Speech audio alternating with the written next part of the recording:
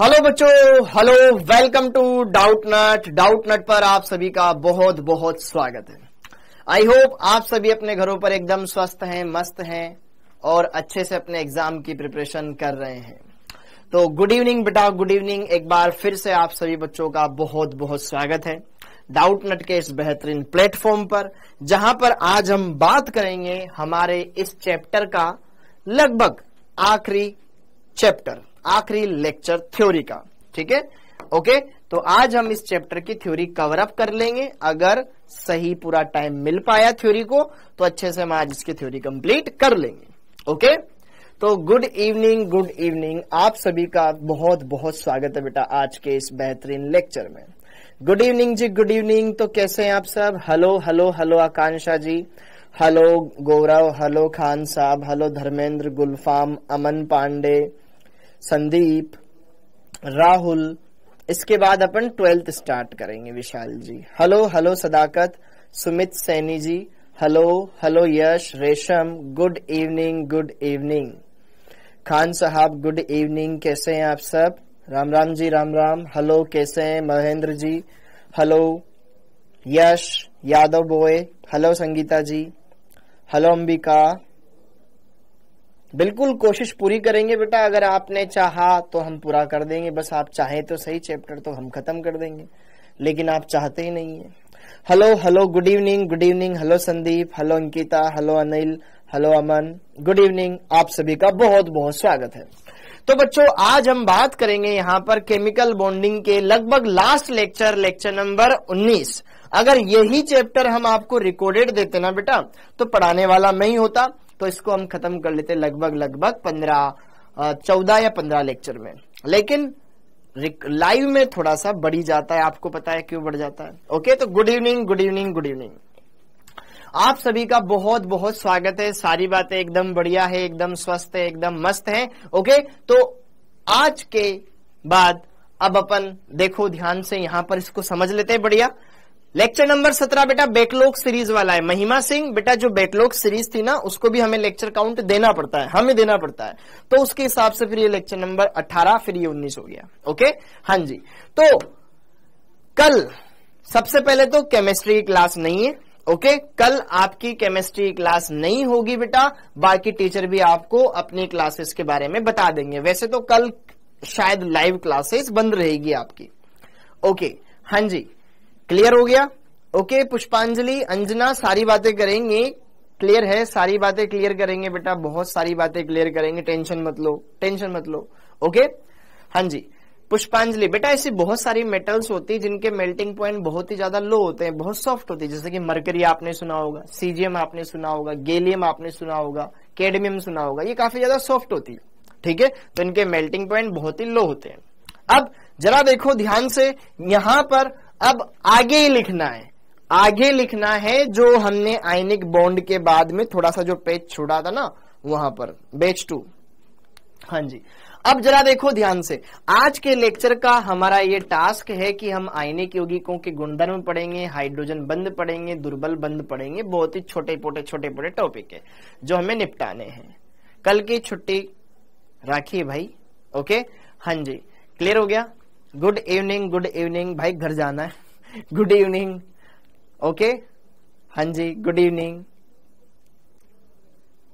हाँ जी बेटा, क्लोराइड्स में होता है। ठीक है, वो कभी पूछा भी नहीं जाता है, क्लोराइड्स में होता है, वो कभी आया हुआ भी नहीं है। हाँ, अब जरा देखो ध्यान से, यहाँ पर आयनिक यौगिकों के गुणधर्म, हाइड्रोजन बंध और दुर्बल बंध, ये हम पढ़ेंगे। तो बेटा फटाफट से अब अपन यहाँ पे क्लियर कर लेते हैं, फटाफट से क्लियर कर लेते हैं। थोड़ी सी चीजों को आगे बढ़ाते हैं और आपकी भावनाओं को काबू करते हैं और आगे बढ़ाते हैं। तो एक बार फिर से हम आप सभी का बहुत बहुत स्वागत करते हैं। तो आज के लेक्चर में हमारा टास्क है आयनिक यौगिकों के गुणधर्मों को समझना, फिर हाइड्रोजन बंध को समझना, फिर दुर्बल बंधों को समझना, जैसे कि वान डर वाल आकर्षण बल। ठीक है, तो सबसे पहले तो मैं एक बार आपका प्रीवियस लेक्चर का ज्ञान वापस से रिवाइज करवा देता हूं। ठीक है, ओके। तो पिछले लेक्चर में सबसे पहले हमने क्या देखा बच्चों?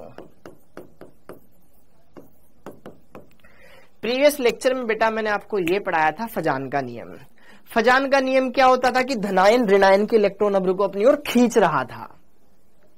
जितना ज्यादा खींचेगा सहसंयोजक गुण उतने ज्यादा आएंगे। जितना ज्यादा उसके इलेक्ट्रॉन नंबर को ही खींचेगा, इलेक्ट्रॉन नंबर बीच में आएगा, सहसंयोजक गुण बढ़ने लगेगा, क्योंकि आयनिक बंध में तो इलेक्ट्रॉन एक के पास ही रहते हैं। ये तो वापस बुला रहा है।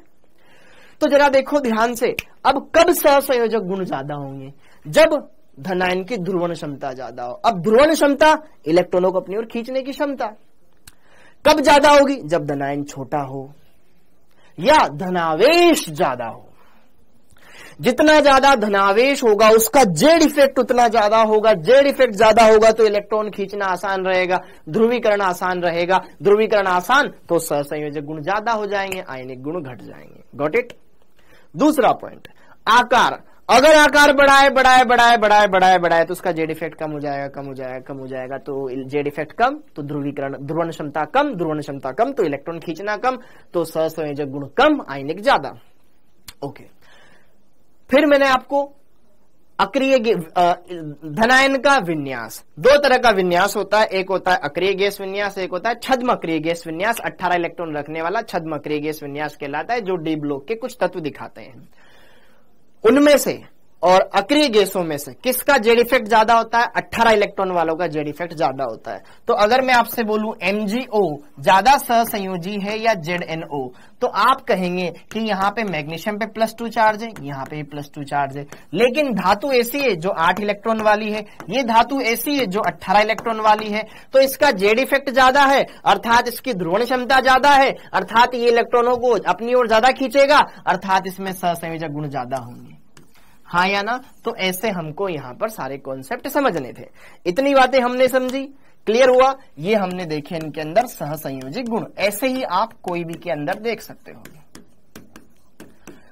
फिर उसके बाद मैंने आपको पढ़ाया था ऋणायन के ऊपर क्या डिपेंडेंसी होती है। ऋणायन, अब ऋणायन तो इलेक्ट्रॉन, इस ऋणायन से तो इलेक्ट्रॉन जा रहे थे उसकी तरफ, पहले इसी के ऊपर थे अब उसकी तरफ जा रहे हैं, पहले इसी के ऊपर थे अब उसकी तरफ जा रहे हैं।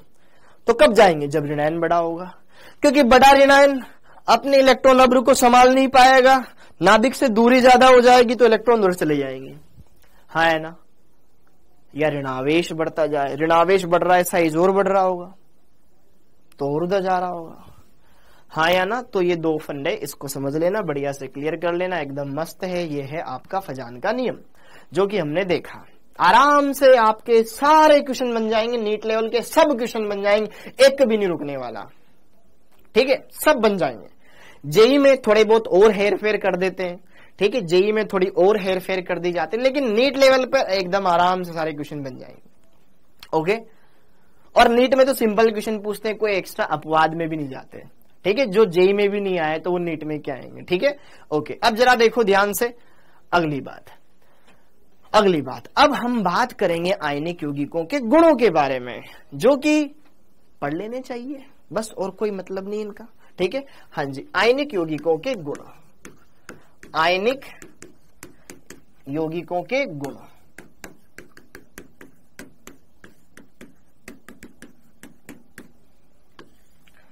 आयनिक यौगिक ठोस, क्रिस्टलीय या जालक के रूप में पाए जाते हैं। दे एग्जिस्ट सॉलिड, लैटिस और क्रिस्टलाइन फॉर्म। ठीक है, यह ठोस, जालक या क्रिस्टलीकृत होते हैं, क्रिस्टलीकृत होते हैं। ठीक है, दूसरी बात, आयनिक बंध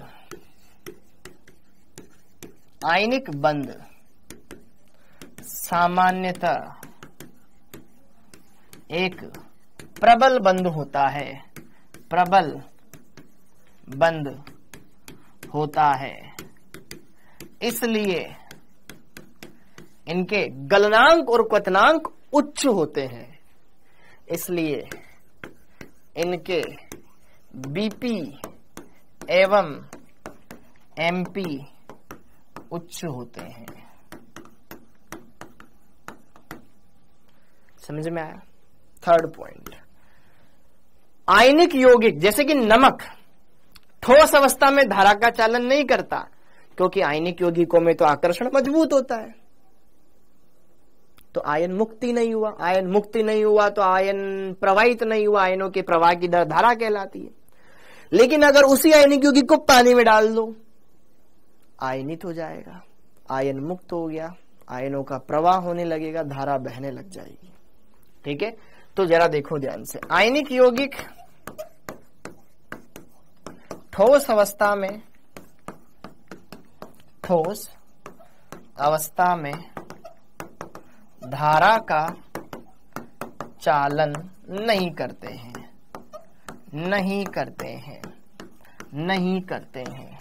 परंतु गलित अवस्था में धारा का चालन करते हैं। आयनों के मुक्त होने के कारण।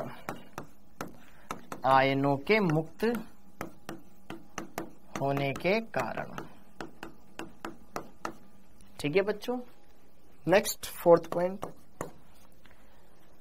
आयनिक बंध अदिशात्मक प्रवृत्ति का होता है।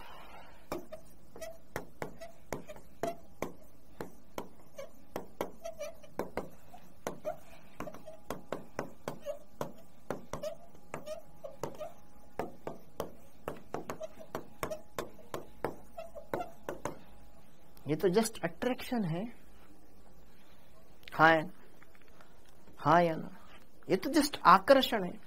जैसे कि Na+, अब सोडियम है, सोडियम के इधर क्लोराइड है, सोडियम के यहां भी क्लोराइड है, सोडियम के यहां भी क्लोराइड है, यहां भी क्लोराइड है, यहां भी क्लोराइड है, यहां भी क्लोराइड है, या कोई दूसरा भी आयन है, क्या फर्क पड़ता है?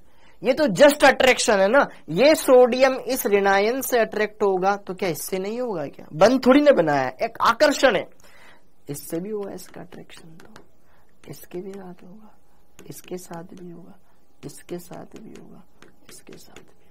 ये तो जस्ट अट्रैक्शन, नीचे जगह नहीं थी वरना नीचे बना देता। ठीक है, it is just a force of attraction between cation and anion. ये जस्ट आकर्षण है जो कि किसी भी दिशा में हो सकता है, हाँ या ना। आप किसी फूल की दुकान पर गए जहां पे फूल ही फूल मिलते हैं, आप गुलाब की खुशबू से एकदम महक रहे हो, मजा आ गया। फिर आपने चमेली का फूल सूंघा, आपने दूसरे फूल, आप हर एक खुशबू अच्छी लगेगी ना यार, हाँ या ना। ओके, तो ये जस्ट अट्रैक्शन है, इसीलिए इसकी कोई दिशा नहीं है। सहसंयोजक बंध दिशात्मक होता है, एक बार बन गया बस बन गया। ठीक है, कार्बन ने 4 बंध बना लिए, बस दैट्स इट। ठीक है, अब उसका किसी और के साथ कोई अट्रैक्शन नहीं है। जबकि ये तो आयन्स है ना, जिस तरीके से इस सोडियम से एक क्लोरीन जुड़ रहा होगा तो मतलब सोडियम का जैसे इस क्लोरीन के साथ अट्रैक्शन है, लेकिन अगर क्लोरीन के पास दूसरा सोडियम आ जाए तो उससे भी अट्रैक्ट हो जाएगा। तो ये तो जस्ट अट्रैक्शन है। ओके, यह बंध अदिशात्मक होते हैं, नॉन डायरेक्शनल नेचर के होते हैं, इनके बीच में कोई भी प्योर बॉन्ड नहीं होता, जस्ट अट्रैक्शन है। प्योर बॉन्ड का मतलब कोई भी सीधा डंडा नहीं होता, परमाणु जुड़े हुए हैं, भाई तेरे कक्षक मेरे कक्षक में आ गए हो, ऐसे मिक्सिंग हो गई, ऐसे कुछ नहीं होता है यहाँ पे। अदिशात्मक होता है। तो अदिशात्मक होता है तो एक टॉपिक आता है समावयवता, एक टॉपिक आता है समावयवता। समावयवता सहसंयोजक गुण दर्शाते हैं। क्या होता है हमें नहीं मतलब, बस समावयवता सहसंयोजक यौगिक दर्शाते हैं। क्योंकि समावयवता क्या होता है कि जिनके गुणधर्म समान हो परंतु जिनकी संरचनाएं अलग अलग हो। यहां तो संरचनाएं है ही नहीं, यहां तो संरचनाएं है ही नहीं। ठीक है, तो बात ही क्यों करें। हाँ जी, तो जरा देखो ध्यान से 4.5वां पॉइंट, आयनिक यौगिक समावयवता, समावयवता आइसोमेरिज्म नहीं दर्शाते हैं, नहीं दर्शाते हैं। बंध की अदिशात्मक प्रवृत्ति के कारण,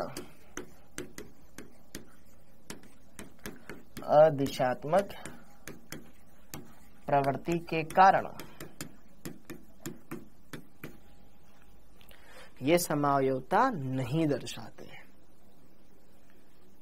बेटा आज हम चाहेंगे कि इस चैप्टर को खत्म करें, तो आप कोशिश करें कि पूरा ध्यान लगा के पढ़ें, ठीक है? हाँ जी। अधिशात्मक प्रवृत्ति के कारण, जैसे कि एक क्वेश्चन लिखते हैं, निम्न में से कौन सा यौगिक समावयवता नहीं दर्शाता?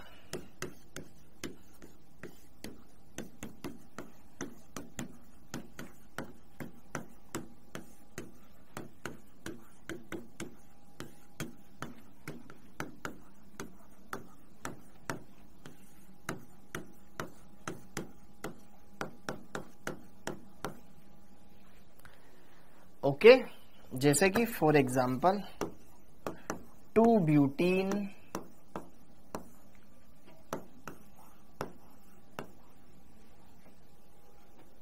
ठीक है, 2-क्लोरोब्यूटेन,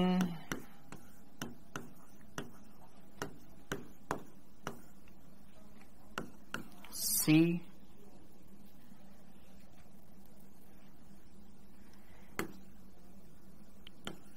2-पेंटीन, D, NaCl।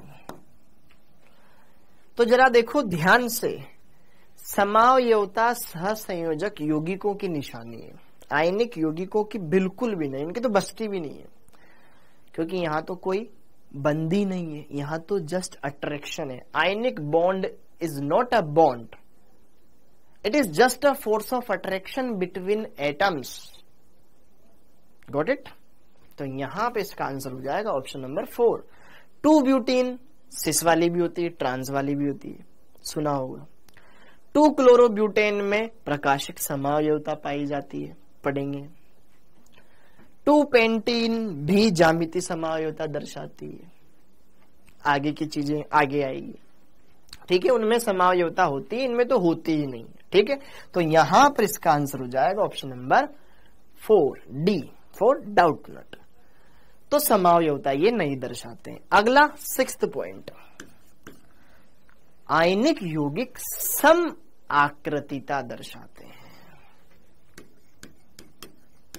आयनिक यौगिक समाकृतिता,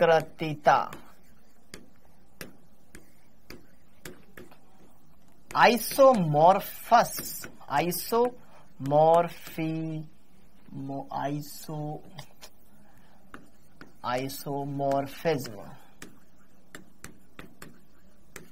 आइसोमेरिज्म अलग होता है, ये आइसोमॉर्फिज्म। आयनिक यौगिक समाकृतिता दर्शाते हैं। क्या होता है ये, आइए बात करते हैं। आयनिक यौगिक सम आकृतिता दर्शाते हैं, अर्थात दिखने में एक जैसे। समाकृतिता का मतलब जो दिखने में समान लगे, वो समाकृतिता, ठीक है। समाकृतिक का अर्थ है जो दिखने में समान रूप के हो, समान रूप के हो, which have same form, same form है, दिखने में एक जैसे लग रहे हैं, जुड़वा है तो एकदम, ठीक है। वैसे देखिए कैसे पता लगाते हैं कि यार ये समाकृतिक है या नहीं है। ओके, तो आइए बात करें। अब समाकृतिक होने के लिए क्या क्वालिटी होनी चाहिए? दो यौगिक, इन दोनों को देख के मैं बताऊंगा कि ये यौगिक इसका समाकृतिक है, तो कैसे बताएंगे? आइए चलिए बात करें। समाकृतिक भी लगा लेते हैं। समाकृतिक बोले तो आइसोमॉर्फस,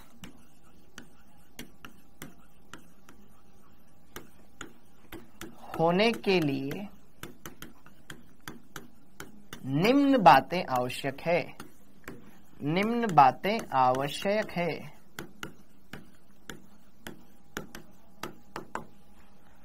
ठीक है, कुछ बातें होनी चाहिए। बात नंबर 1, दोनों में धनायन एवं दोनों में ऋणायन का आकार लगभग लगभग बराबर होना चाहिए, संख्या भी बराबर होनी चाहिए। ठीक है, दोनों मतलब भाई कंपैरिजन जिस भी आयन, कंपैरिजन दो के बीच में करेंगे तो दोनों आयनिक यौगिकों में, दोनों आयनिक यौगिकों में धनायनों का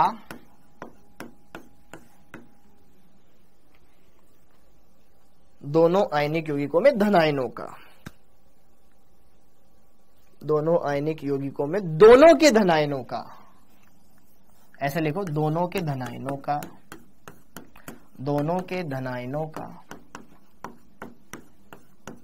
एवं दोनों के ऋणायनों का, वरना आप ये समझते धनायन और ऋणायन का, दोनों के ऋणायनों का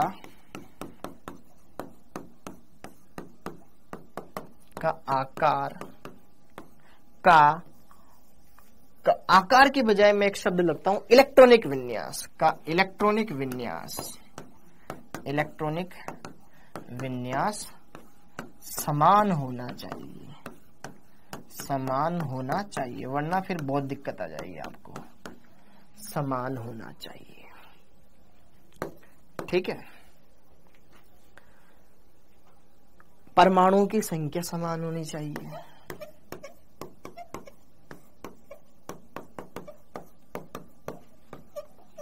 की संख्या समान होनी चाहिए।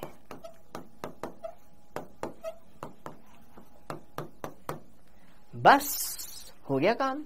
देखो,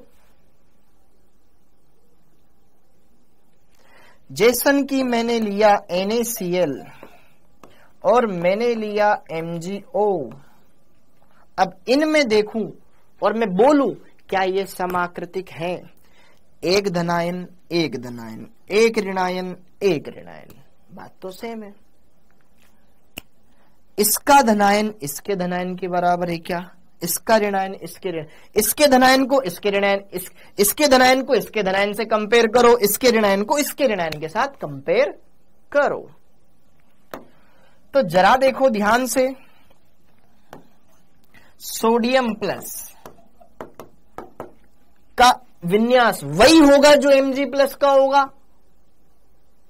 10-10 इलेक्ट्रॉन है ना, तो इलेक्ट्रॉनिक विन्यास तो सेम ही आएगा।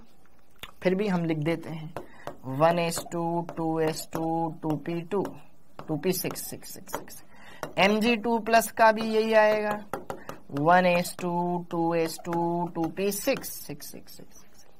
लेकिन क्या क्लोरीन मैग्नीशियम ऑक्सीजन का सेम आएगा? नहीं आएगा। O2 minus and Cl minus are not equal. वो सेम सेम नहीं, अगल बगल में तो है ही नहीं, सम इलेक्ट्रॉनिक है ही नहीं, तो विन्यास सेम कहां से आएगा बाबू? तो ये दोनों समाकृतिक नहीं है। दिखने में तो लग रहे थे यार, एक सोडियम है, एक मैग्नीशियम है, एक क्लोरीन है, एक ऑक्सीजन है ना, ये दोनों आपस में समाकृतिक नहीं है।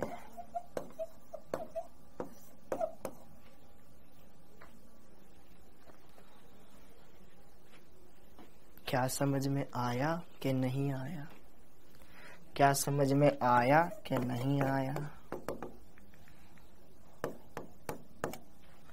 क्या समझ में आया कि नहीं आया? These are not isomorphous of each other। हाँ जी, अगर मैं यहां पर कह दूं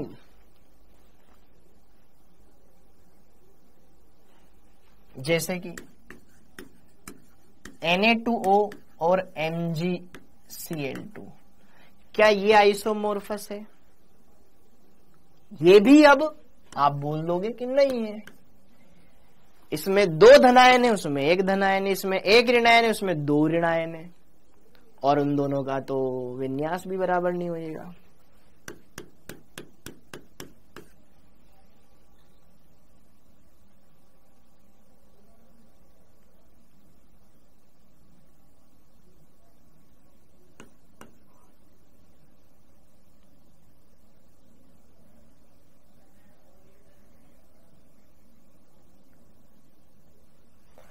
लेकिन अगर मैं यहां पर ये बोल दूं NaCl और MgS, एक धनायन एक धनायन, एक ऋणायन एक ऋणायन, अब जरा देखो क्या ये बोथ आर आइसोमोर्फस? तो जरा देखो ध्यान से, Na+ का जो विन्यास है वही विन्यास किसका है? मैग्नीशियम 2+ का है। Cl- और S2- समान विन्यास वाले हैं, ठीक है, इन दोनों का समान विन्यास, इन दोनों का समान विन्यास, बोले तो सम इलेक्ट्रॉनिक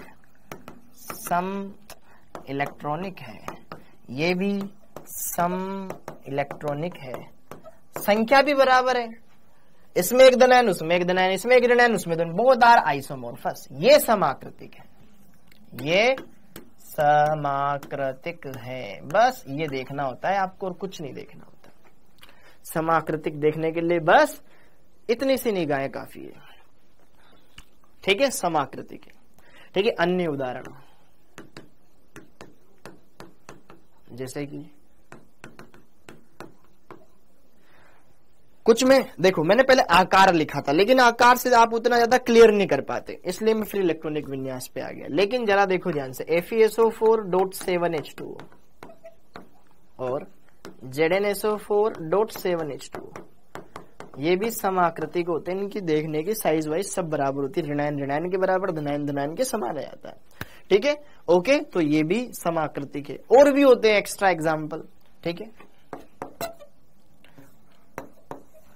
बट फिर वो आपने उतने काम के नहीं रहते, जैसे कि NaNO3,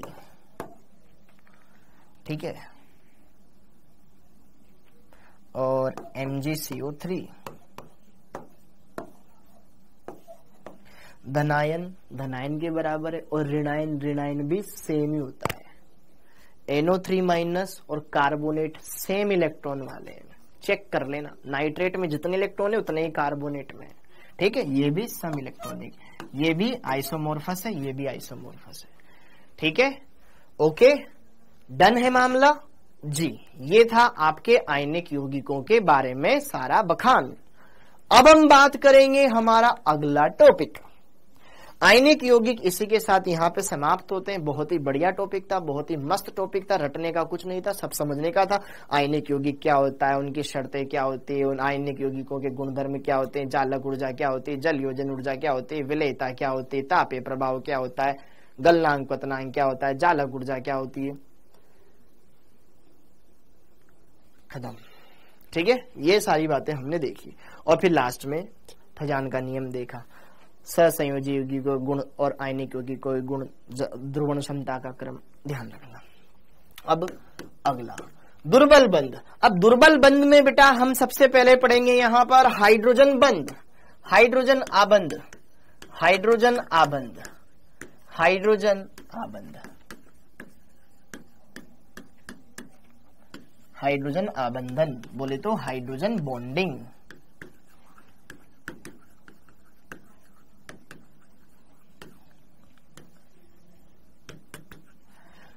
हाइड्रोजन आबंधन। Now moving to next topic, okay, और second last topic is of this chapter. हाँ जी, तो अगर हम बात करें हाइड्रोजन बॉन्डिंग क्या है, बहुत ही दुर्बल बंध है। पहले तो ये बात, ये तो दुर्बल बंध है एक तो, है ना, बाकियों से दुर्बल होता है। हाइड्रोजन बॉन्डिंग जब हाइड्रोजन के द्वारा बंध बने, सर वो तो यहां पे ही बन रहा था H2O में, ये भी तो हाइड्रोजन बॉन्ड है ना, नहीं है, ठीक है, ओके, ये अलग टाइप का है। तो हाइड्रोजन बॉन्डिंग को हमें समझना है, तो देखो ध्यान से, जब हाइड्रोजन अधिक विद्युत ऋणी परमाणुओं के बीच में आ जाए, इधर भी ज्यादा इलेक्ट्रोनेगेटिव, इधर भी ज्यादा इलेक्ट्रोनेगेटिव आ जाए, एक से बंध बन रहा हो दूसरे से ऑटोमेटिक बन जाता है। जब हाइड्रोजन परमाणु दो अधिक विद्युत ऋणी परमाणुओं के बीच में आ रहे हो, तो एक से तो बंध बन रहा होगा, दूसरे से ऑटोमेटिक बन जाएगा, dot dot dot dot dot वाला, वही बंध कहलाता है हाइड्रोजन बंध। तो जरा देखो ध्यान से, जब हाइड्रोजन परमाणु, जब हाइड्रोजन एटम अधिक EN वाले एटम्स जैसे कि फोन, फ्लोरीन, ऑक्सीजन, नाइट्रोजन, या sp carbon, sp carbon, sp संकृत कार्बन। ठीक है, पढ़ेंगे, ठीक है, पढ़ लिया होगा बोसन को। sp संकृत कार्बन के मध्य उपस्थित हो तो निर्मित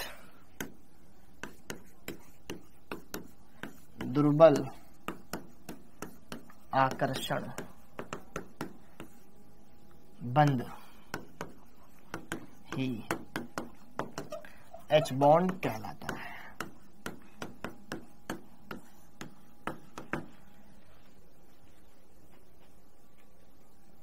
जब हाइड्रोजन बॉन्ड दो मोर इलेक्ट्रोनेगेटिव एटम्स के बीच में आ जाए, लाइक अगल बगल में फ्लोरीन हो, अगल बगल में ऑक्सीजन हो, अगल बगल में नाइट्रोजन हो, एक तरफ फ्लोरीन हो, एक तरफ ऑक्सीजन हो, एक तरफ नाइट्रोजन हो, एक तरफ फ्लोरीन हो, एक तरफ नाइट्रोजन हो, एक तरफ ऑक्सीजन हो, दोनों ऑक्सीजन हो, दोनों नाइट्रोजन हो, दोनों फ्लोरीन हो, तो ये बॉन्ड बन सकता है भाई साहब।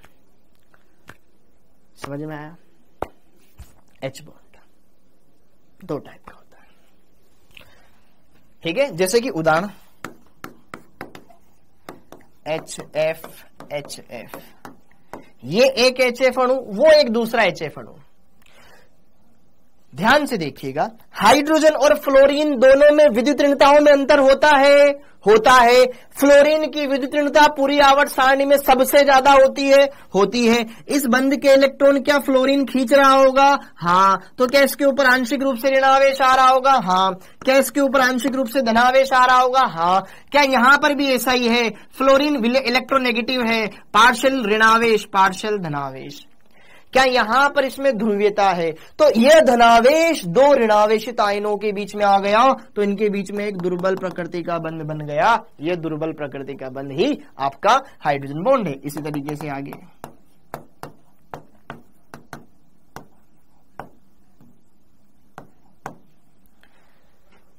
ठीक है, तो यह जो बॉन्ड है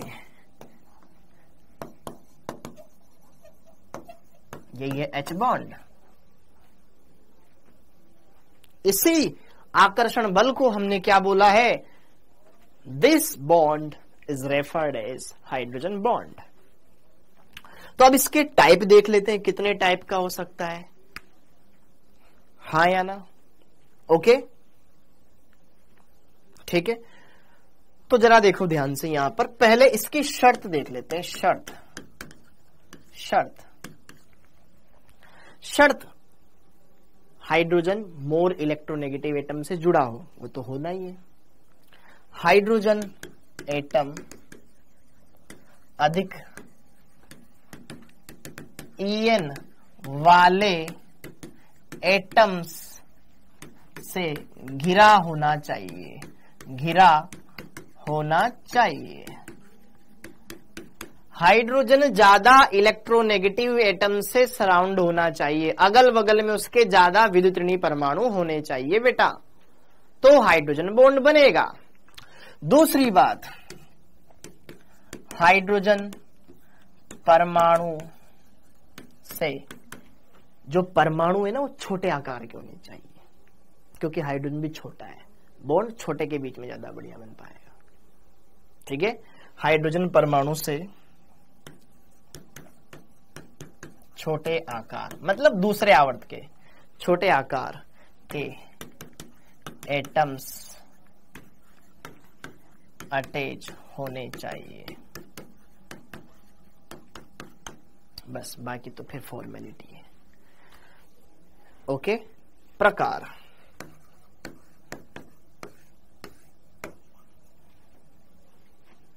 H बॉन्डिंग के। H बॉन्डिंग दो तरह की होती है। पहली होती है अंतर आणविक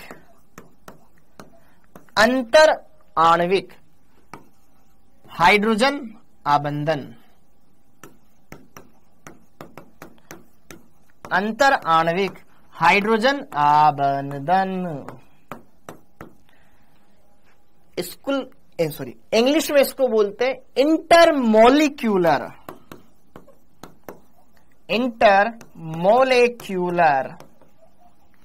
H bonding, intermolecular H bonding. Second, अंतराण्विक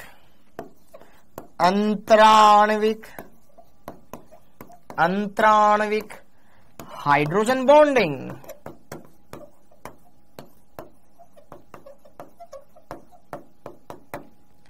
इसको बोलते हैं इंट्रा मोलिक्यूलर H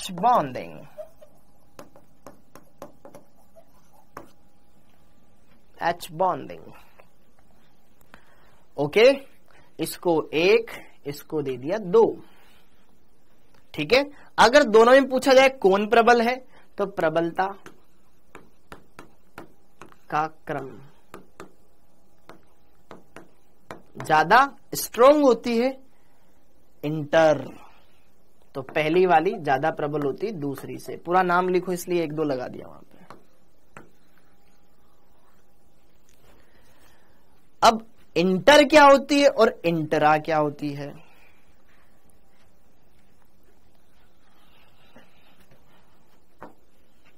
लिख लो बेटा।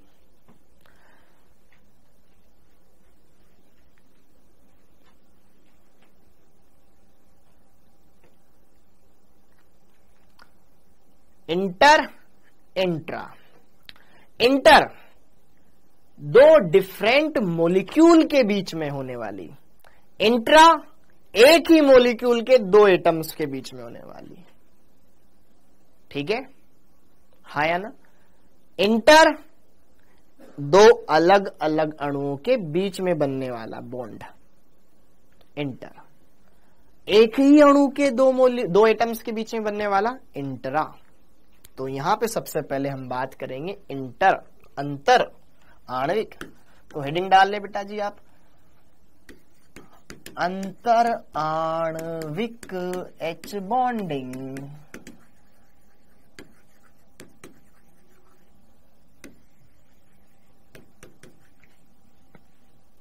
जब हाइड्रोजन बंध 2 अलग अलग अणुओं के मध्य बने, जब H बॉन्ड 2 अलग अलग अणुओं के मध्य बने,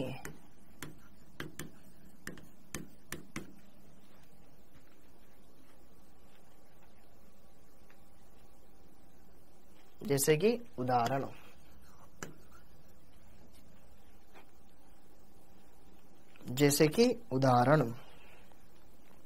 बहुत सारे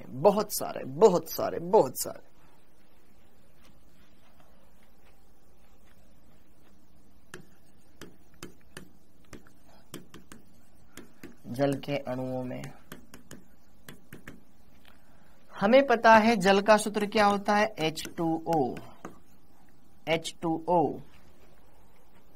तो आपको पता है कि ऑक्सीजन विद्युत ऋणी है, हाइड्रोजन कम विद्युत ऋणी है, तो यार ध्रुवीय तो प्रकृति होगी, इसके ऊपर आंशिक रूप से ऋणावेश आएगा कि नहीं आएगा? आएगा। तो जरा देखो ध्यान से, दूसरा जल का अणु, इसी तरीके से अगला जल का अणु, इसी तरीके से अगला जल का अणु, ऐसे ऐसे अगला जल का अणु। तो जल के अणुओं के बीच में देखो, ये हाइड्रोजन 2 अधिक विद्युत ऋणी परमाणुओं के बीच में आ गया, तो यहां पर एक दुर्बल प्रकृति का बंध बनेगा, दुर्बल प्रकृति का बंध बनेगा, दुर्बल प्रकृति का बंध बनेगा, दुर्बल प्रकृति का बंध बनेगा। ये इधर भी बन रहा होगा आगे, ये इधर भी बन रहा होगा आगे। तो इस दुर्बल प्रकृति के बंध को ही क्या बोलेंगे हम? H bond. लेकिन H बॉन्ड तो है, लेकिन अलग अलग अणुओं के बीच में बन रहा है ना, ऐसे।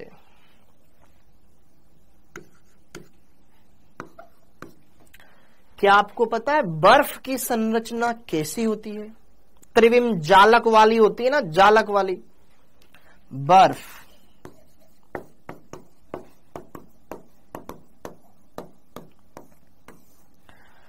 बर्फ की संरचना में भी कुछ ऐसा ही होता है बेटा, ठीक है।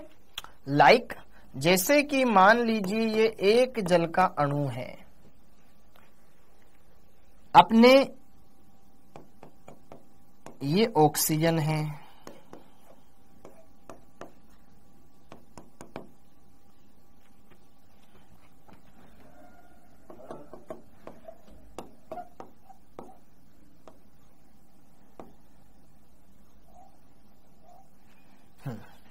ये एक एच इधर कहीं भी लगा दो, कोई दिक्कत नहीं है।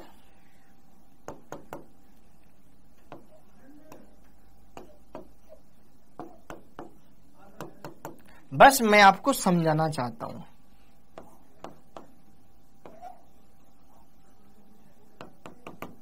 हाँ जी, तो जैसे कि देखो ध्यान से,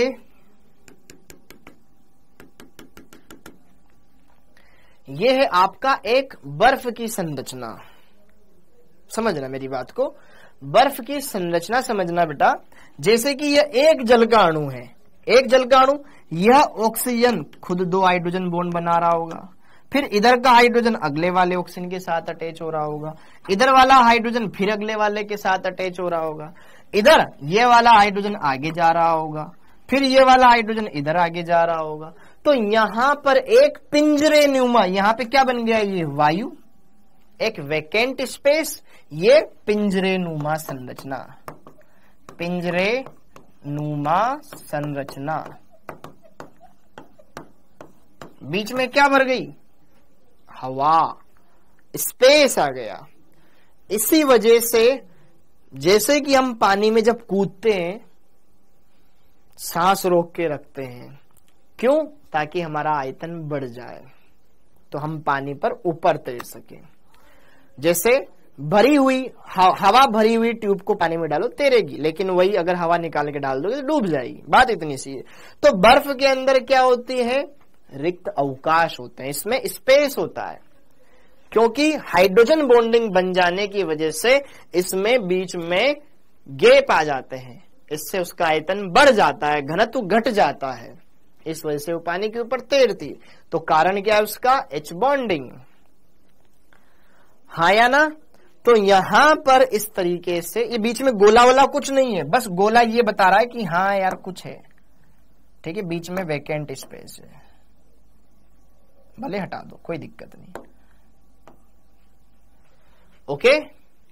तो यहां पे जरा देखो ध्यान से बेटा, आपको ये समझना होगा कि बर्फ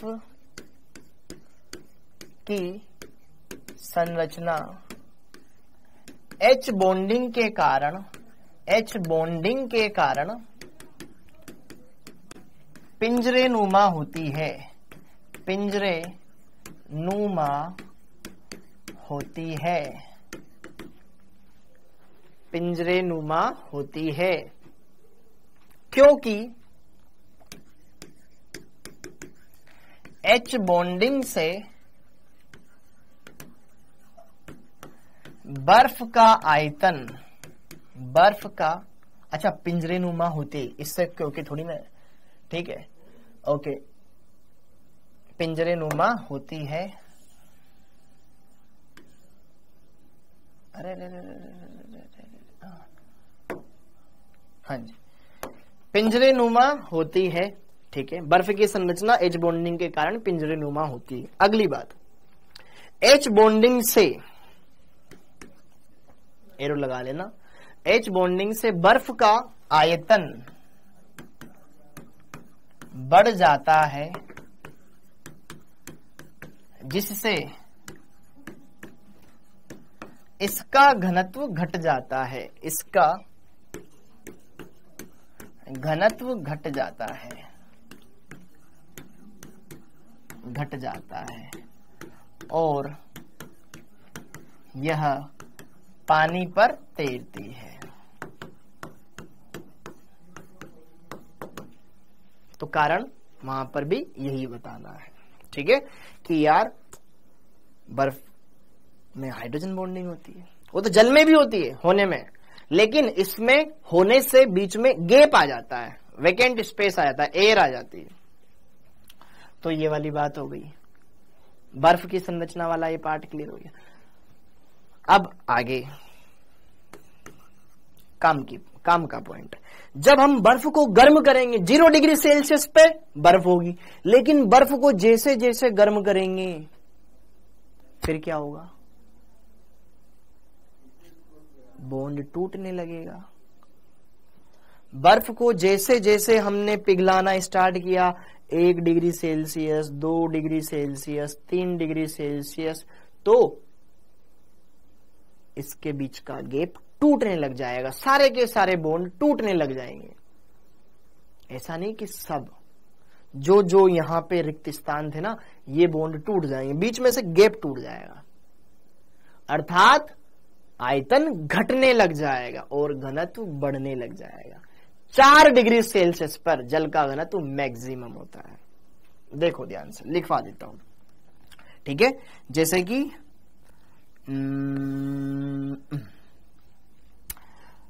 जैसे कि अगर हम टेम्परेचर दे रहे हैं, इधर घनत्व वनत्व की बात करें तो घनत्व बेटा सबसे पहले तो अगर मैं घनत्व लूं, घनत्व बढ़ता जाता है बढ़ता जाता है बढ़ता जाता है, जैसे ही 4 डिग्री सेल्सियस आया फिर घनत्व घटता जाएगा। 4 डिग्री सेल्सियस में मैक्सिमम आता है जल का घनत्व, ठीक है, ध्यान रखना, बहुत ही इंपॉर्टेंट पॉइंट है।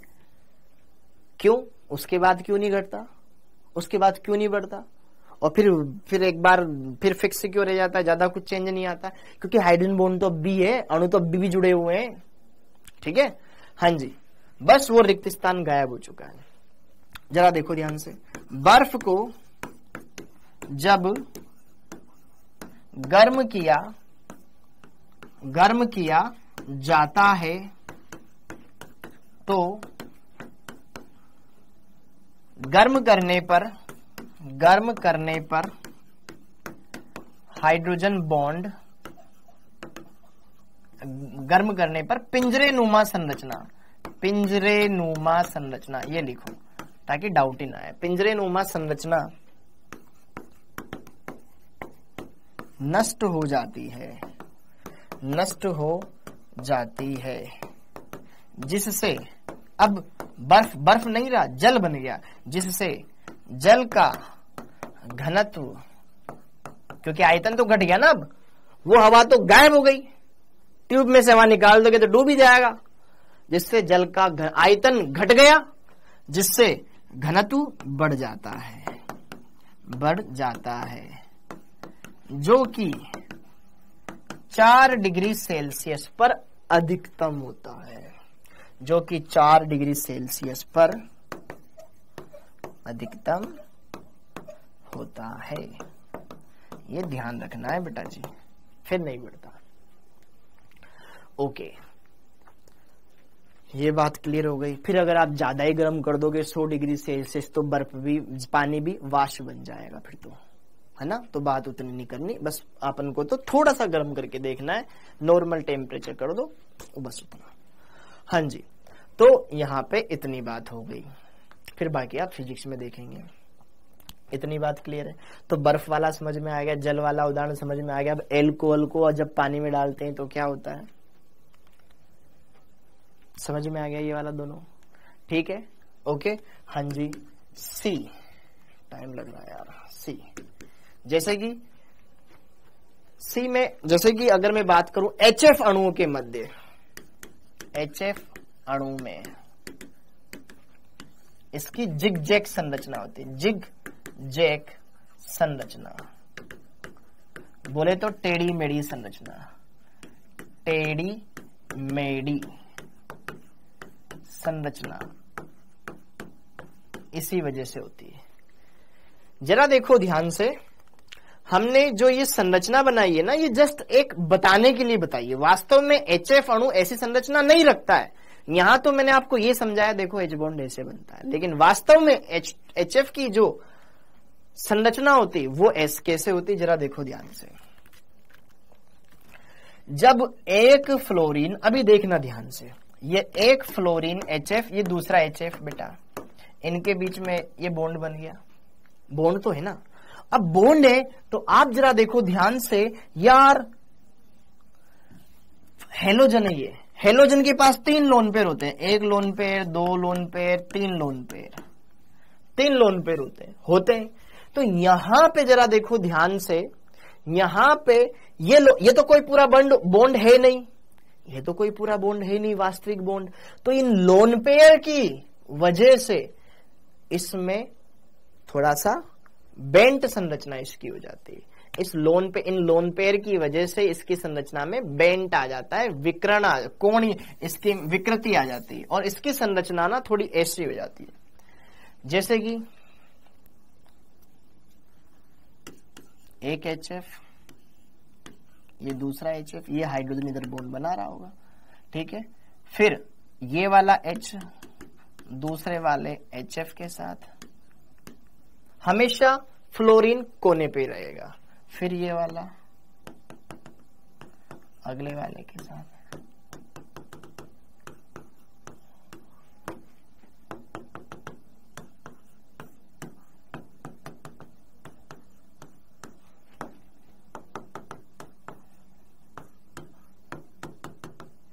इस तरीके से ये इसकी टेढ़ी मेढ़ी संरचना रहेगी। रीजन क्या? Due to presence of lone pair, इस पर लोन पेयर होने की वजह से, ठीक है। और यहां पर ये कोणीय शेप पर आता है।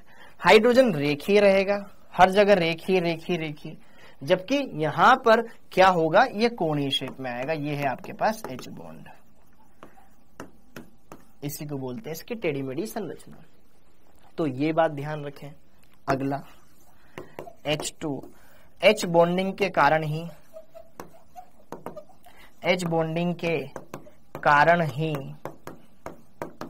H2O द्रव है, जबकि H2S गैस, क्योंकि इसमें सल्फर मोर इलेक्ट्रोनेगेटिव है नहीं, तो बॉन्ड बनेगा नहीं, हाइड्रोजन बॉन्ड बनेगा नहीं, तो अणु पास आएंगे नहीं, अणु पास आएंगे नहीं, तो अणुओं के बीच की दूरी ज्यादा होगी, दूरी ज्यादा होगी तो गैस अवस्था में होगा। H2 गैस होता है, जबकि H2O द्रव होता है, H बॉन्डिंग की वजह से। क्या ये बात समझ में आ गई? क्या ये बात समझ में आ गई बेटा? तो ये है आपके पास इंटरमोलिक्यूलर H बॉन्डिंग के उदाहरण, इंटरमोलिक्यूलर H बॉन्डिंग के उदाहरण। एक उदाहरण और लिखवाना चाहूंगा, पैरानाइट्रोफिनोल, पैरानाइट्रोफिनोल ऑर्गेनिक में आएगा। जिसने पढ़ रखा है बढ़िया बात है, नहीं पढ़ रखा है पढ़ेंगे आगे। पैरानाइट्रोफिनोल में इंटर मोलिक्यूलर H बॉन्डिंग होती है, इंटरमोलिक्यूलर H बॉन्डिंग होती है। पैरानाइट्रोफिनोल क्या होता है बेटा? बेंजीन को थोड़ा सा मैं लेटा देता हूं, ये बेंजीन है, इधर OH है, ये फिनोल, लेकिन इसकी पैरा पोजीशन पर NO2 ग्रुप जुड़ा होता है। क्या जुड़ा होता है? NO2 ग्रुप, जैसे कि ऐसे, ये NO2 ग्रुप। तो ये है आपकी पैरानाइट्रोफिनोल। जब एक पैरानाइट्रोफिनोल दूसरे पैरानाइट्रोफिनोल के कांटेक्ट में आती है,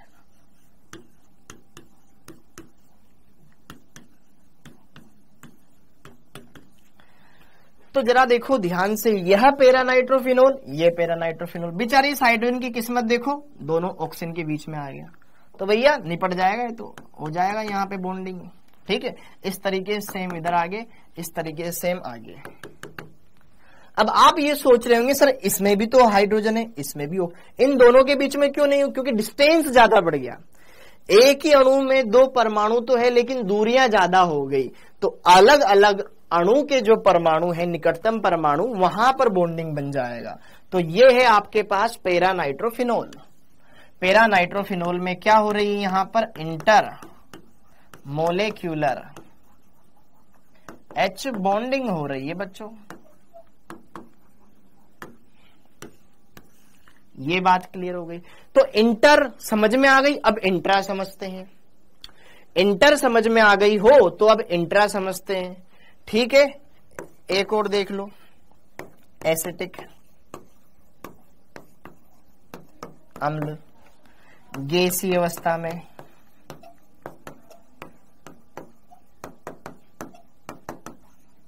द्विलक होता है।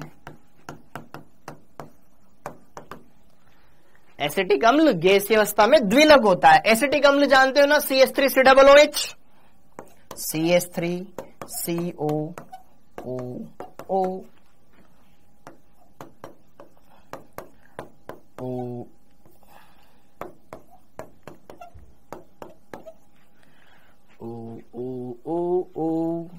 ठीक है, ये एसिटिक अम्ल, वो भी एसिटिक अम्ल, ठीक है। तो यहां पर भी ये हाइड्रोजन फिर दो ऑक्सीजन के बीच में फंस गया है, तो ये H बॉन्डिंग द्विलक के रूप में पाया जाता है। तो यहां पे ये अलग अणु है, वो अलग अणु है, अलग अलग अणुओं के बीच में H बॉन्डिंग हो गई, तो भैया क्या बोलेंगे इसको? Intermolecular H bonding.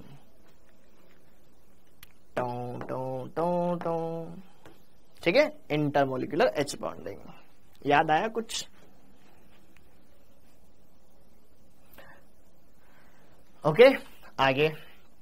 अब आगे ये बात क्लियर हो गई बेटा। तो इंटरमोलिक्यूलर समझ में आ गई, अब इंट्रा देख लेते हैं। हाँ जी, तो second one, intra molecular H bonding. बोले तो अंतराणु, अंतरा अणुक H बॉन्डिंग।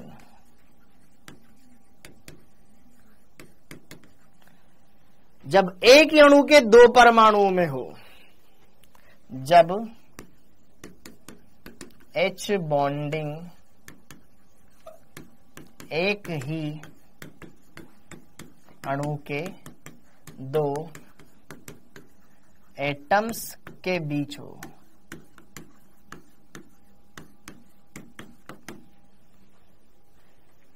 जब H बॉन्ड एक ही मॉलिक्यूल के दो एटम्स के बीच में फॉर्म हो, ठीक है, विद इन सेम मॉलिक्यूल, तो यहां पर होती है इंट्रा। अब देखो इसके उदाहरण, जैसे कि पेरा नाइट्रोफिनोल, पेरा नाइट्रोफिनोल,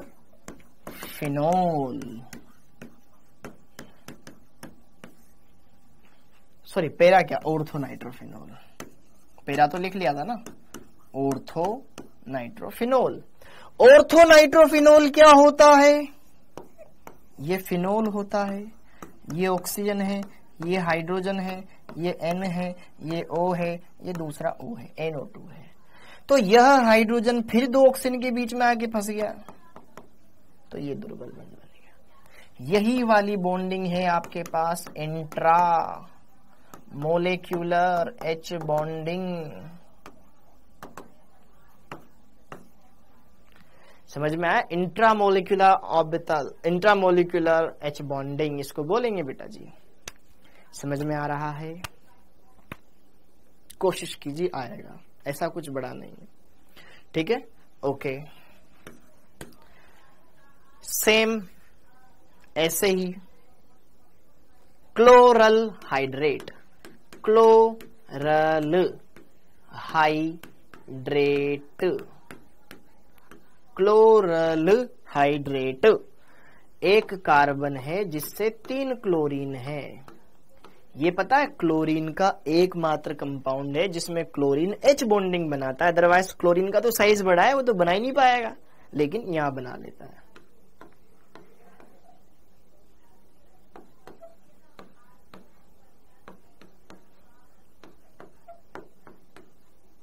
क्लोरल हाइड्रेट,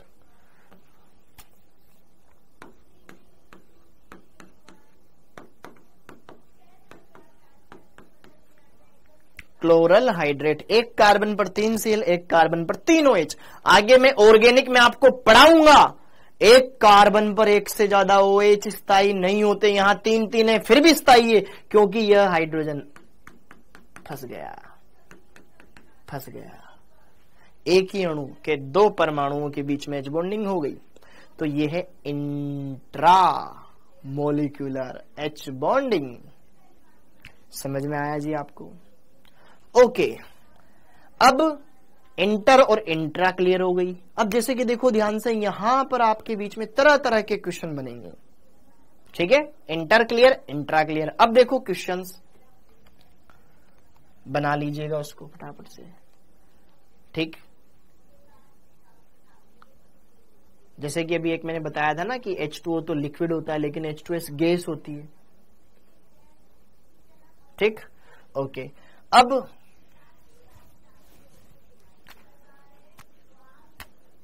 क्वेश्चन लिखें उससे पहले कुछ की पॉइंट्स।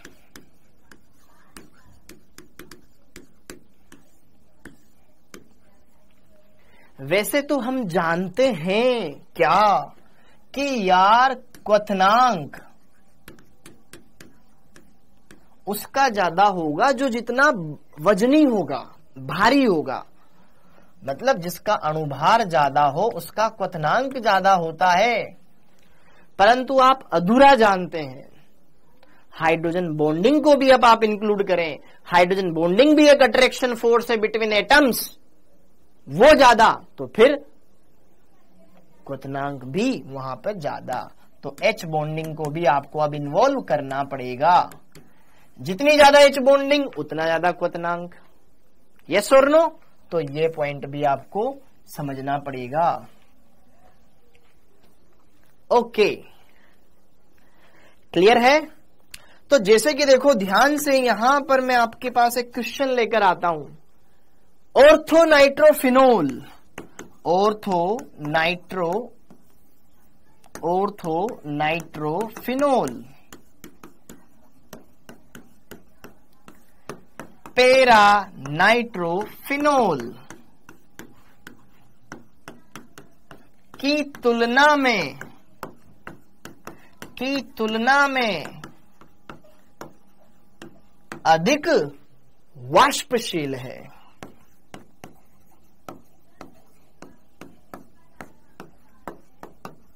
क्यों? ऑर्थोनाइट्रोफिनोल ज्यादा वाष्पशील है, पैरा कम वाष्पशील है। या ऐसे पूछ सकता था कि ऑर्थोनाइट्रोफिनोल का क्वथनांक कम होता है, पैरा नाइट्रोफिनोल का ज्यादा होता है। बात तो एक ही है। या ऑर्थोनाइट्रोफिनोल का क्वथनांक याद है, विलियन वाले चैप्टर में पढ़ा था बेटा, जिसका क्वथनांक ज्यादा वो कम वाष्पशील। पेट्रोल बहुत जल्दी वाष्पशील हो जाता है, उसको बहुत उबालने की जरूरत नहीं पड़ती, जबकि पानी को उबालना पड़ता है। हाँ यार, थोड़ा ज्यादा टेम्परेचर हो फिर वाष्प बनती है उसकी। विलियन वाला चैप्टर याद आ रहा है? तो ऑर्थोनाइट्रोफिनोल का क्वथनांक पैरा नाइट्रोफिनोल की तुलना में कम होता है, कम होता है। कारण बताएं, कारण बताएं बच्चों।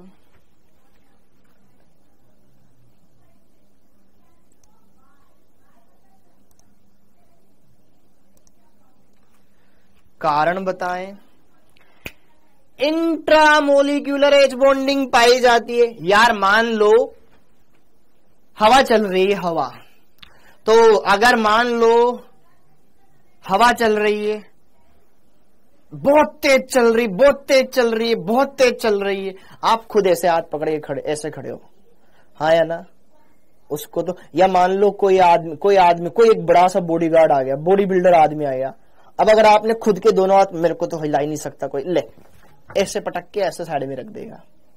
लेकिन अगर आप चेन जोड़ के खड़े हुए हो, हाँ या ना, फिर तो कोई नहीं ला पाएगा ना। तो यार यहां पर क्या होती है? इंट्रा होती है, इसमें इंटर होती है। समझ में आया? ओके, तो इसका आंसर क्या है? पैरा नाइट्रोफिनोल में इंटरमोलेक्यूलर H बॉन्डिंग पाई जाती है जबकि ऑर्थो नाइट्रोफिनोल में इंट्रा मोलेक्यूलर H बॉन्डिंग पाई जाती है।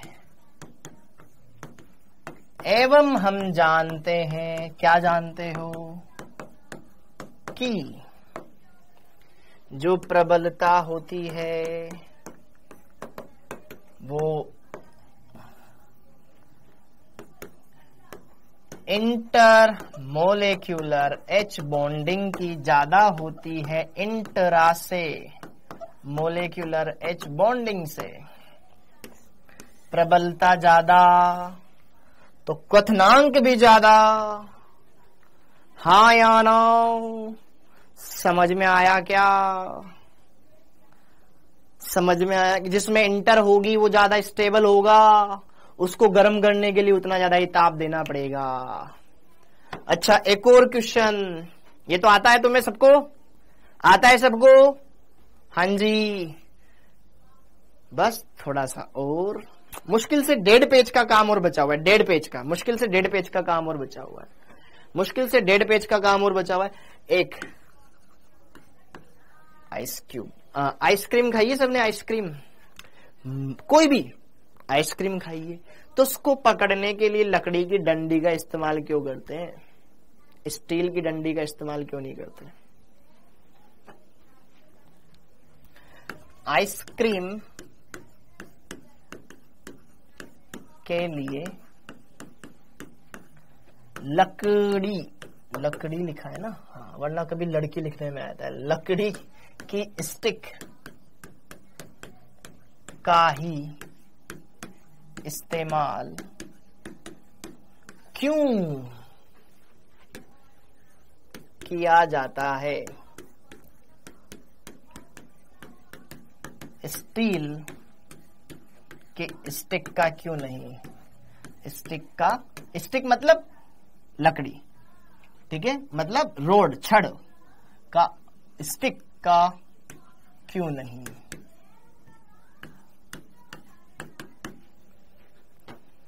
हाँ जी बोलो। क्योंकि लकड़ी सस्ता होता है। यस, कर देना गरीबों वाली बात।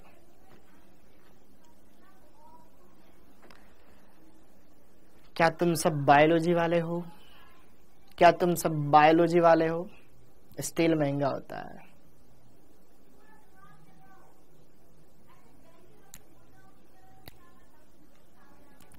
सरक जाएगी सर, स्टील में ना सरक जाएगी, लकड़ी में चिपकी रहेगी, मतलब लकड़ी की पकड़ मजबूत होती है, स्टील की कमजोर। सर मेटल महंगा होता है, मेटल रिएक्ट कर लेगा सर, बहुत दिक्कत हो जाएगी। स्टील की डंडी जल्दी गर्म हो जाएगी। क्या फर्जी जवाब दे रहे हो? थोड़ा साइंटिफिक फ्री। तुमने बायोलॉजी पढ़ी है, तुम्हारा पहला ही चैप्टर आता है सेल, कोशिका। लकड़ी पेड़ से मिलती है, पेड़ में पादप कोशिका पाई जाती है, पादप कोशिका में पादप सेल वॉल। सेल वॉल किसकी बनी होती है? सेल वॉल किसकी बनी होती है? सेल्यूलोज की, सेल्यूलोज की। और सेल्यूलोज क्या है? एक सेल्यूलोज क्या है? एक सेल्यूलोज क्या है? एक बायोमोलिक्यूल, जैव अणु, जैव अणु, जैव अणु, जैव अणु। सेल्यूलोज एक बायोमोलिक्यूल है, कार्बोहाइड्रेट है। Very good.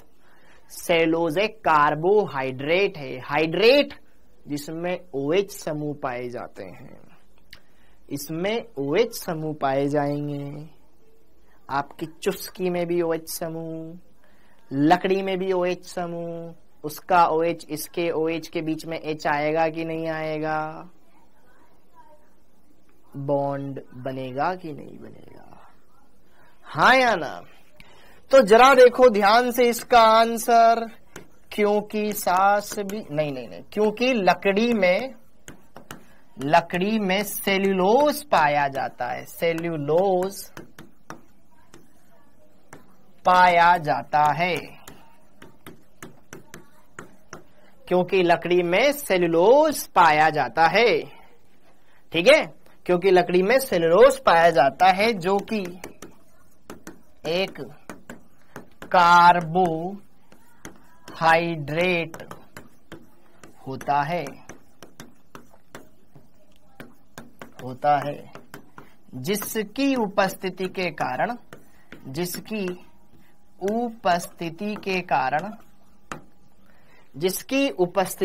कारण आइसक्रीम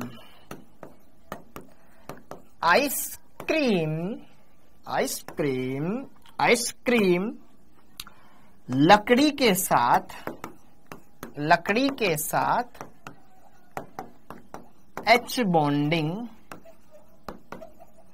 कर लेती है। ठीक है, ग्लूकोज नहीं होता बेटा, सेल्यूलोज होता है।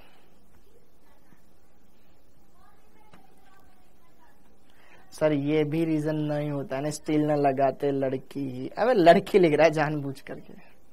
ओके, हाँ जी, क्लियर हो गया, समझ में आ गया।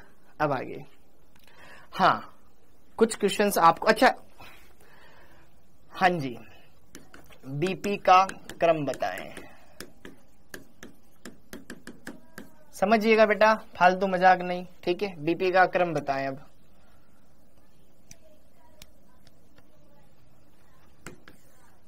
NH3, PH3, ASH3, SBH3 और बस इन चारों में क्रम बता दो। एक और आता है ना BiH3, इसका answer H2O, H2S, H2SE, H2TE, इसका answer third HF, HCl, HBr, HI, इसका आंसर बताएं। तो जरा देखो ध्यान से बेटा, सुनिए।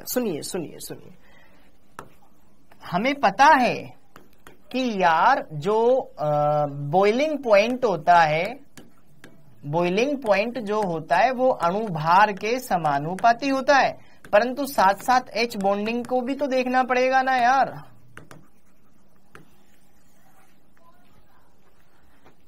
बीपी का मतलब बॉइलिंग पॉइंट बेटा, क्वथनांक।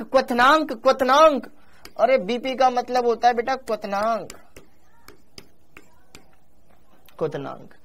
तो जरा देखो ध्यान से, इसमें आपको किसमें लगता है H बॉन्डिंग करनी चाहिए, किसमें H बॉन्डिंग होगी? इन पांचों में से किसी में H बॉन्डिंग हो सकती है?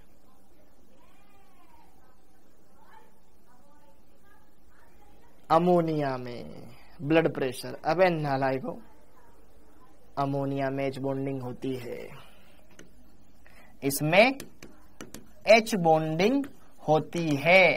तो क्वथनांक का क्रम बढ़ता हुआ नहीं होगा, ये थोड़ा सा ज्यादा आगे आएगा। तो बॉइलिंग पॉइंट का क्रम ये होगा, pH3 का सबसे कम, फिर ASH3, फिर हाइड्रोजन बॉन्डिंग की वजह से ये आगे आ जाएगा, फिर SBH3 और फिर BiH3, क्योंकि इसका तो अणुभार बहुत ज्यादा है।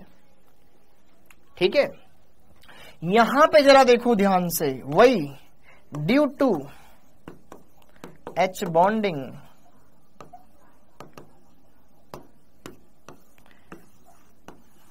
सबसे आगे, अणुभार से ज्यादा प्रभावी हो जाती है यहां पे H बॉन्डिंग। ठीक है, H2S, फिर H2SE, फिर H2TE, सबसे आगे आता है H2O।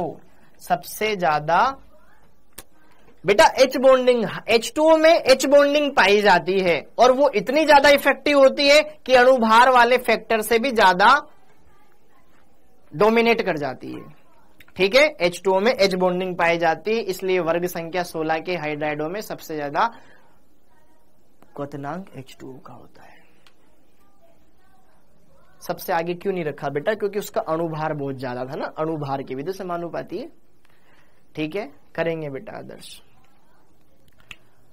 हाँ या ना? क्यों पड़ा हुआ है मेरी शादी के पीछे? हाँ जी। अगला HF, HCl, HBr, HI। तो HF में भी वही ड्यू टू H बॉन्डिंग,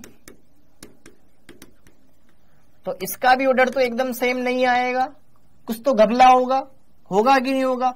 और ये थर्ड नंबर पे आ जाता है HCl, HBr, HF, फिर HI।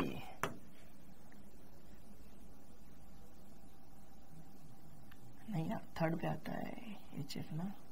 HF गाढ़ा द्रव होता है, गाढ़ा द्रव, गाढ़ा द्रव, गाढ़ा द्रव, गाढ़ा द्रव, सबसे आगे आता है HA, फिर HF। HF एक गाढ़ा द्रव होता है, ये सबसे आगे आता है।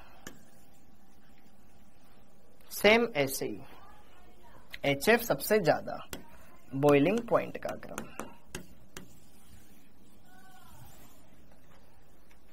हाँ जी, ये क्लियर हो गया बेटा? प्योर वाटर का बॉइलिंग पॉइंट कितना होता है बेटा? डिग्री सेल्सियस में 100 डिग्री सेल्सियस, 100 डिग्री सेल्सियस पर। अरे जरूरी नहीं 3 पे ही क्यों आएगा, उनके एक्सपेरिमेंटल डेटा से याद है वो। ठीक है, एक्सपेरिमेंटल डेटा से याद है, ऐसा कुछ नहीं है। तुम्हें कैसे पता चलेगा किसमें एच बॉन्ड है? देखो ना उसमें क्या ऐसी कंडीशन लग रही है कि एच बॉन्ड बन सके तो हो जाएगा, वरना नहीं लगेगा। ठीक है, ओके। अब जरा देखो ध्यान से, अब फटाफट से नोट कर लो बेटा, अपने पास समय बहुत ही कम बचा हुआ है और हम चाहते हैं कि कम समय में थोड़ा सा इसको अंजाम तक पहुंचा दिया जाए, अंजाम तक पहुंचा दिया जाए। हाँ जी, मुश्किल से मुश्किल मात्र 10 मिनट और लूंगा मैं आपके। हाँ जी,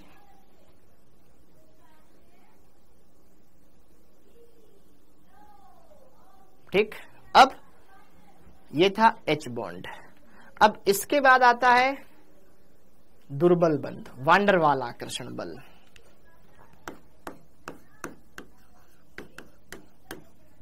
वांडरवाल आकर्षण बल,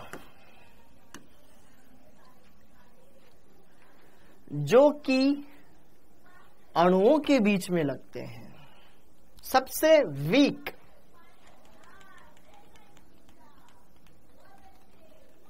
कहा गया? हाँ, वांडरवाल आकर्षण बल, वांडरवाल आकर्षण बल।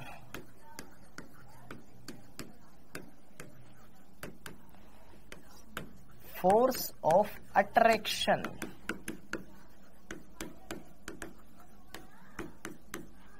वांडरवाल आकर्षण बल। ठीक है, अणुओं के बीच में लगने वाले ये टोटल 5 तरह के होते हैं,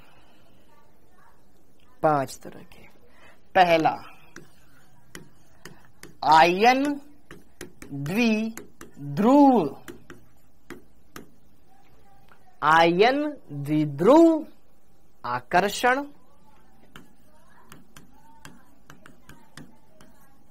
आयन द्विध्रुव आकर्षण सबसे पहला। दूसरा द्विध्रुव द्विध्रुव आकर्षण, सबका मतलब समझाऊंगा। द्विध्रुव द्विध्रुव आकर्षण। थर्ड आयन प्रेरित द्विध्रुव आकर्षण, प्रेरित द्विध्रुव आकर्षण।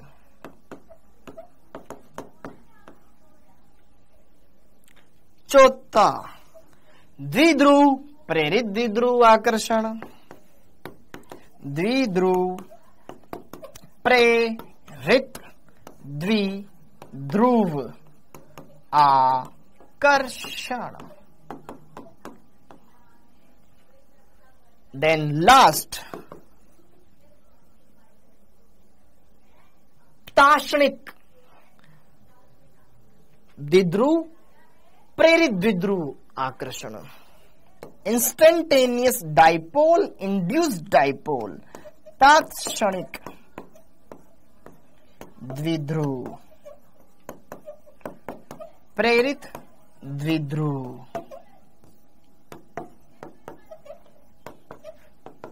आकर्षण। इसी को लंदन फोर्स भी कहा जाता है, लंदन फोर्स। ओके, हाँ जी।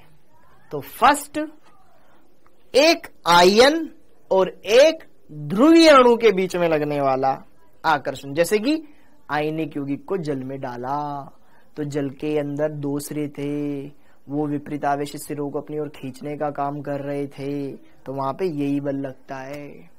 Hydrogen bond H2O HF HF, एक HF अणु दूसरे HF अणु से आकर्षित हो रहा था।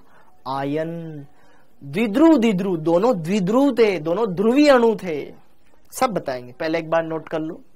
अच्छा, इनकी प्रबलता का क्रम, प्रबलता का क्रम, प्रबलता का क्रम यही है।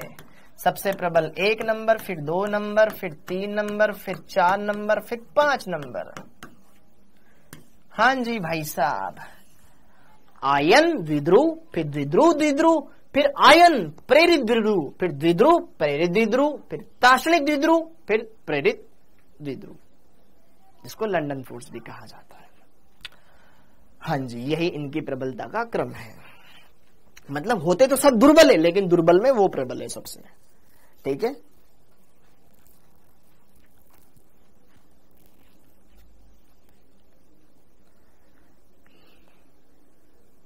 सही है मामला एकदम।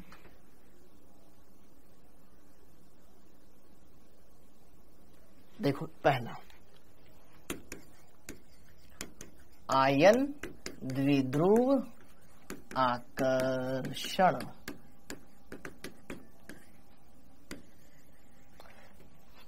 एक आयन और ध्रुवीय अणु, आयन प्लस ध्रुवीय अणु, ध्रुवीय अणु,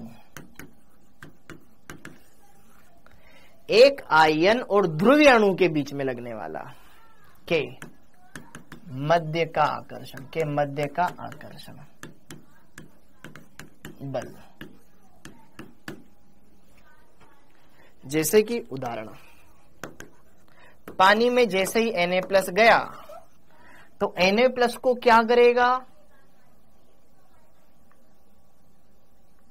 Na+ को जो H2O है उस H2O का धनावेशी सिरा अपनी ओर अट्रैक्ट करेगा कि नहीं करेगा?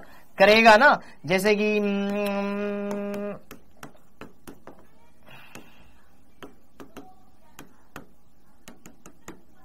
ऐसे, ये द्विध्रुव है लेकिन ये तो आयन है। एक ध्रुवीय अणु द्वारा एक आयन के बीच में लगने वाला इंटरेक्शन, तो यह इंटरेक्शन आयन और द्विध्रुव के बीच में, तो आयनिक यौगिकों का जलयोजन, आयनिक यौगिकों का जलयोजन इसका उदाहरण है। आयनिक यौगिकों का जलयोजन इसी का उदाहरण है। ठीक है, नीट 2023 में क्वेश्चन आया था इन्हीं से रिलेटेड। दूसरा, द्विध्रुव द्विध्रुव। अभी अगली क्लास में जब हम मिलेंगे ना उसमें PYQ लगाएंगे, तो सबसे पहले 23 के, फिर 22 के, फिर 21 के सब सूतेंगे। ठीक है, द्विध्रुव द्विध्रुव आकर्षण, मतलब दो ध्रुवीय अणुओं के बीच में, ध्रुवीय प्लस ध्रुवीय, दो ध्रुवीय ध्रुवीय अणुओं के बीच में लगने वाला के मध्य का आकर्षण। जैसे कि देखो उदाहरण, एक है HCl दूसरा है HCl। तो यह और यह क्लोरीन ज्यादा विद्युतरणीय है, हाइड्रोजन कम विद्युतरणीय, ये ज्यादा विद्युतरणीय है, ये कम विद्युतरणीय। तो यहां पे ये बनने वाला बंध हाइड्रोजन बॉन्ड नहीं है, इनके बीच में भी अट्रैक्शन है। इस अट्रैक्शन को हम बोलेंगे द्विध्रुव आकर्षण, क्योंकि इसकी बंध ऊर्जा बहुत कम है। हाइड्रोजन बॉन्ड की बंध ऊर्जा क्या होती थी? 8 से लेकर 42 तक की।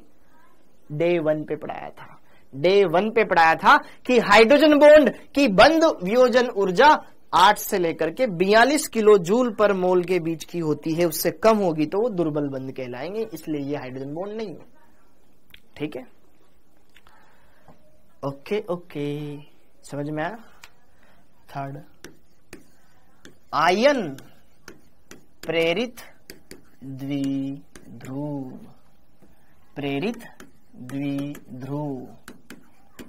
एक मछली पूरे तालाब को गंदा कर देती है, सुना होगा ना।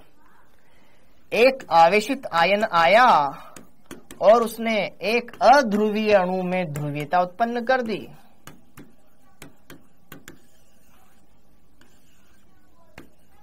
जैसे कि फॉर एग्जाम्पल Cl- एक आयन है, ये क्या है? आयन है, बोलो आयन है। तो जैसन इसके नजदीक उदासीन अणु Cl2 है, लेकिन इस पे ऋणावेश है भाई, ये इसमें कुछ न कुछ तो पोलराइजेशन इसका करवाई देगी, ध्रुवीकरण इसका होगा ही होगा। हाँ या ना? जब गांव में सारे के सारे अनपढ़ो आधा अक्षर भेष बराबर बोलते ना, अगर सब वैसे हैं तो कोई नहीं, लेकिन जिस दिन कोई पढ़ा लिखा आ गया, पढ़ी लिखी बातें करे, यार बोल तो सही रहा है यार वो आदमी सही था यार। ठीक है, मतलब इस अध्रुवीयता में इसने ध्रुवीयता उत्पन्न करा दी, ये ऋणावेश इसके धनावेश को अपनी ओर खींचेगा। हाँ या ना? इसमें दो पार्ट बन जाएंगे, पॉजिटिव, इधर नेगेटिव। परमाणु पे नहीं, इस अणु में दो सिरे उत्पन्न हो जाएंगे, पॉजिटिव, नेगेटिव। तो इनके बीच का इंटरेक्शन, तो ये गैसों का द्रवीकरण इसी का उदाहरण है। जैसे कि Cl2 गैस अणु है, जैसे उसको द्रवीकृत करेंगे बेटा, अणु की गतिज ऊर्जा बढ़ जाएगी। तो यार एक अणु आयनित होगा, वो फिर अगले को आयनित करेगा, फिर अगले को आयनित करेगा, फिर अगले को आयनित करेगा। तो यहां पर जैसे कि गैसों का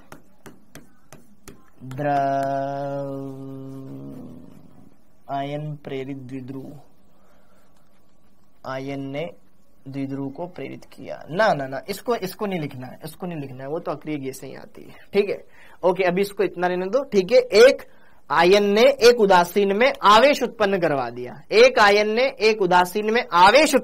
दिया। अगला देखो, फोर्थ, द्विध्रुव प्रेरित द्विध्रुव आकर्षण। मतलब एक तो ध्रुवीय था, दूसरा अध्रुवीय अणु। एक ध्रुवीय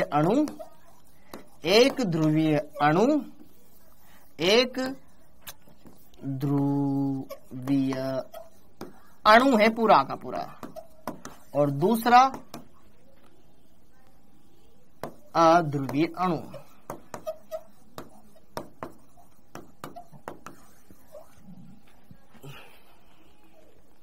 इन दोनों के बीच में, जैसे कि गैसों की जल में घुलनशीलता, उदाहरण, गैसों की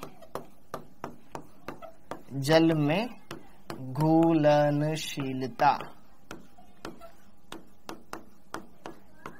जैसे कि देखो ध्यान से, O2 पानी में क्या कर रही है, कोई मतलब ही नहीं है, तो अध्रुवीय अणु है। H2O तो ध्रुवीय होता है ना,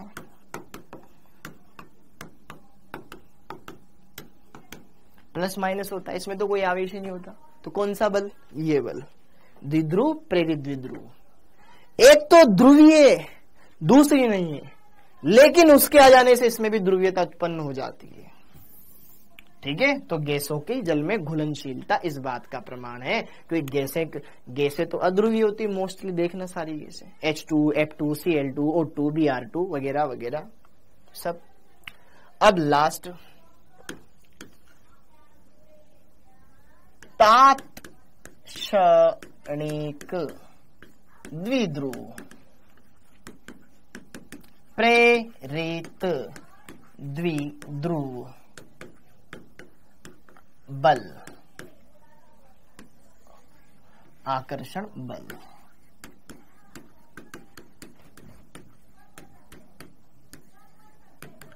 आकर्षण बल थोड़ी देर जो अभी अभी हमने क्या किया, इसको अभी अभी द्विध्रुव बनाया और इसने दूसरे वाले में भी ध्रुवीयता उत्पन्न कर दी। ये अभी अभी बना, इसने दूसरे वाले में भी ध्रुवीयता उत्पन्न कर दी। जैसे कि ये दोनों के दोनों अध्रुवीय अणुओं के बीच में, अध्रुवीय अणु यहां लिखेंगे, वो अध्रुवीय अणु प्लस अध्रुवीय अणु के बीच में। जैसे कि हमने क्लोरीन गैस भर रखी है, उसको द्रवीकृत करवा रहा हूं, तो जरा देखो ध्यान से, द्रवीकरण कब होगा, जब अणु एक दूसरे के नजदीक आएंगे। हाँ ना, हम तो बोलते हैं गैस के अणु दूर दूर रहते हैं, फिर पास क्यों आए, सब प्रेशर लगाया होगा तो उनके बीच में कुछ ना कुछ बॉन्ड तो टूटे उटे होंगे, कुछ उनमें आवेश भी तो हुआ होगा, फिजिक्स से लगाओगे कि थोड़ी बहुत केमिस्ट्री भी तो लगाओगे, हाँ ना। तो जरा देखो ध्यान से, वहां पर गैसों का द्रवीकरण इसी का उदाहरण है, गैसों का द्रवीकरण इसी का उदाहरण है। अणु एक दूसरे के क्लोज आ रहे हैं तो उनके बीच में, दो अध्रुवीय अणुओं के बीच में लगने वाला आकर्षण, ये इसी का उदाहरण है। ठीक है, ओके, ये सारी बातें क्लियर हो गई। एक सिंपल सा क्वेश्चन कर दो फिर आप जाओ। हाँ जी, अच्छा एक पॉइंट लिख लो बेटा, बॉइलिंग पॉइंट ना वांडरवाल आकर्षण के भी समानुपाती होता है। वांडरवाल आकर्षण ज्यादा होगा तो बॉइलिंग पॉइंट भी ज्यादा होगा, अणुभार ज्यादा होगा तो बॉइलिंग पॉइंट ज्यादा होगा, पृष्ठीय क्षेत्रफल ज्यादा होगा तो बॉइलिंग पॉइंट ज्यादा होगा। ये ऑर्गेनिक में काम आएगा, ठीक है। और H बॉन्डिंग ज्यादा होगा तो बॉइलिंग पॉइंट ज्यादा होगा। ये तुम्हारे पूरा का पूरा बखान हो गया। एक क्वेश्चन कर जाओ फिर घर जाओ आराम से। क्वेश्चन क्या है, ये है बीपी का क्रम Cl2 का ज्यादा होगा या HCl का, बस ये बता दो।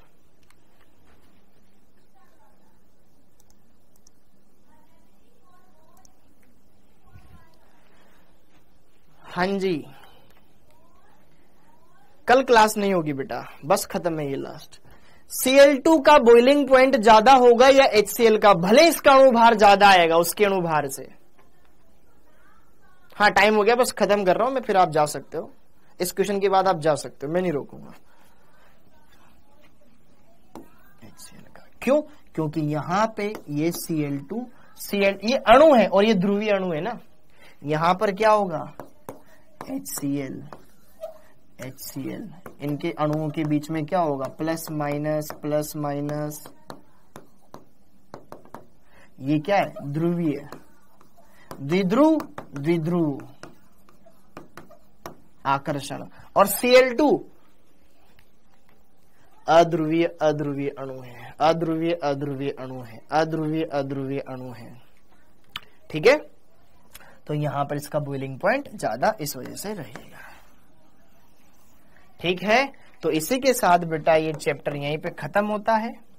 अगर मैं कहूं ये चैप्टर यहां खत्म नहीं हुआ तो बैक बॉन्डिंग, बनाना बॉन्डिंग हम अलग से पढ़ेंगे पी ब्लॉक के अंदर, ठीक है। हाँ जी, तो उसके अलावा बाकी सब कुछ हो चुका है, ठीक है। कुछ छोटे छोटे कॉन्सेप्ट जो पी ब्लॉक में काम आएंगे उसको वहीं पे रहने दो, अभी यहाँ पे बता के आपका इस चैप्टर को बड़ा नहीं करना चाहता। ठीक है, तो इसको अब हम यहीं पे खत्म करते हैं। तो यह चैप्टर इसी के साथ समाप्त होता है बेटा जी। तो आई होप अब अगली बार जब अपन मिलेंगे तो ना हम क्या करेंगे, इसके क्वेश्चंस लगाएंगे बढ़िया से, और फिर जब हम 2 तारीख को बैकलॉग सीरीज वाली क्लास लेंगे उसमें केमिकल बॉन्डिंग के सब होमवर्क डिस्कस कर लेंगे। ठीक है, ओके। तो आप सभी का बहुत बहुत धन्यवाद। आई होप आप सारी बातें समझ पाए होंगे। ठीक है, आप सभी को राखी का बहुत बहुत धन्यवाद। ठीक है, राखी धन्यवाद क्या, राखी का बहुत बहुत, राखी की बहुत बहुत बधाइयां एडवांस में। ठीक है, लड़कियां अपनी जेब भरें, लड़के अपनी जेब खाली करेंगे थोड़ी बहुत तो। Okay, thank you thank you thank you. ठीक, फिर मिलते हैं बच्चों, सेम टाइम सेम जगह। कल अपनी कोई क्लास नहीं है। ठीक है, मेरी तो कोई नहीं है क्लास। थैंक यू, जय हिंद।